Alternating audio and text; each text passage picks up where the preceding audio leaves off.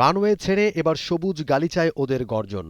One sky, one field, one champion, এই মূল মন্ত্রকে ধারণ করে গুলশান ইয়ুথ ক্লাব মাঠে পর্দা উঠল এয়ারলাইন্স ফুটবল চ্যাম্পিয়নশিপের। আকাশ ছোঁয়ার স্বপ্নের সাথে এবার ফুটবল মাঠের শ্রেষ্ঠত্বের লড়াই। উদ্বোধন ঘোষণা করছি। Thank you all of you. প্রধান অতিথি হিসেবে উপস্থিত থেকে টুর্নামেন্টের আনুষ্ঠানিক উদ্বোধন ঘোষণা করেন যুব ও ক্রীড়া প্রতিমন্ত্রী মোহাম্মদ আমিনুল হক। তার হাত ধরেই শুরু হলো এভিয়েশন খাতের সবচেয়ে বড় এই ফুটবল মহোৎসবের। উদ্বোধনী অনুষ্ঠানের বিশেষ আকর্ষণ ছিল আর্জেন্টিনা ও ব্রাজিল অ্যাম্বাসেডরের উপস্থিতি। ফুটবল মাঠের চিরশত্রুতার আবহ ভুলে একই ফ্রেমে বন্দী হলেন দুই রাষ্ট্রদূত। মাঠের বাইরে সাম্বার ছন্দ আর আলবি সেলেস্তাদের জাদুকরী আবহ যেন এক সুতোয় গেঁথে দিল এই টুর্নামেন্ট। সেখান থেকে ভুল পাস, কেউ নেই সামনে,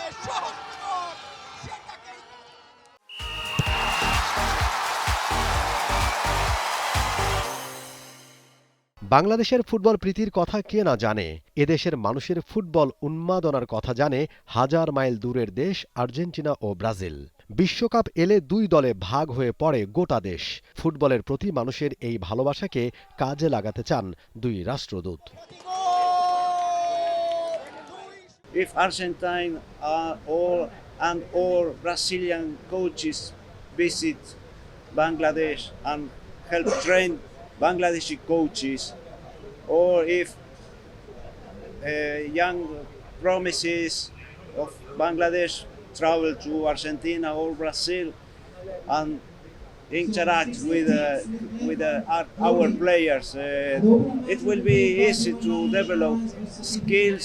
I was talking to a Brazilian radio TV station like 2 days ago, and I just told them this: look, I think that the Brazilian Football Confederation should pay more attention to Bangladesh. They should do something about what happens here to cultivate this base, and even bring you guys closer together with us. So what they did, look, we are going to start a campaign here with the Confederation.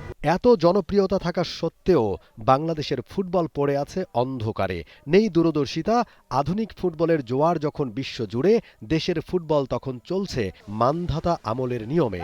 এই ক্ষয়িষ্ণু দশা কাটাতে প্রয়োজন সরকারি উদ্যোগ।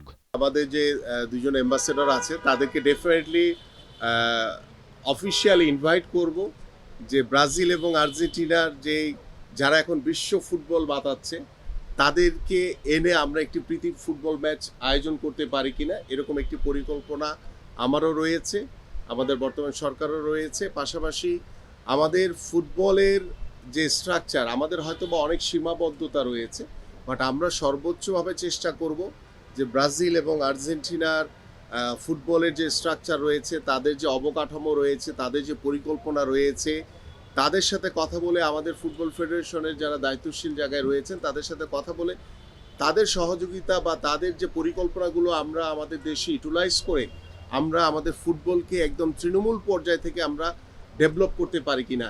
উদ্বোধনের রেশ কাটেনি তখনও। তপ্ত রোদে মাঠের লড়াইয়ে পারদ চড়ালো সৌদিয়া ও টার্কিশ এয়ারলাইন্স। আক্রমণ আর প্রতি আক্রমণে ঠাসা একটা ম্যাচ। জমজমাট ম্যাচে 2-1 ব্যবধানে লিড টার্কিশ এয়ারলাইন্সের।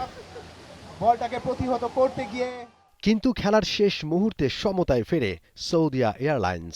খেলা গড়ায় টাই ব্রেকারে, কপাল পড়ে টার্কিশ এয়ারলাইন্সের। টাই ব্রেকার ভাগ্যে জয়ের হাসি হাসে Saudia airlines.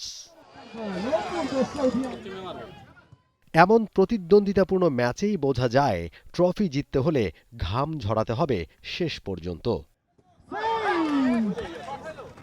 Momin Rohan, T Sports, Dhaka. For more updates, subscribe to our YouTube channel and click on the bell icon. Follow us on Facebook and Instagram. Download T-Sports app to enjoy exciting games and highlights. Visit tsports.com.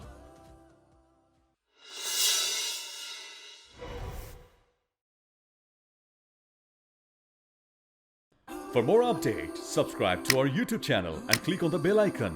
Follow us on Facebook and Instagram. Download T-Sports app to enjoy exciting games and highlights. Visit tsports.com.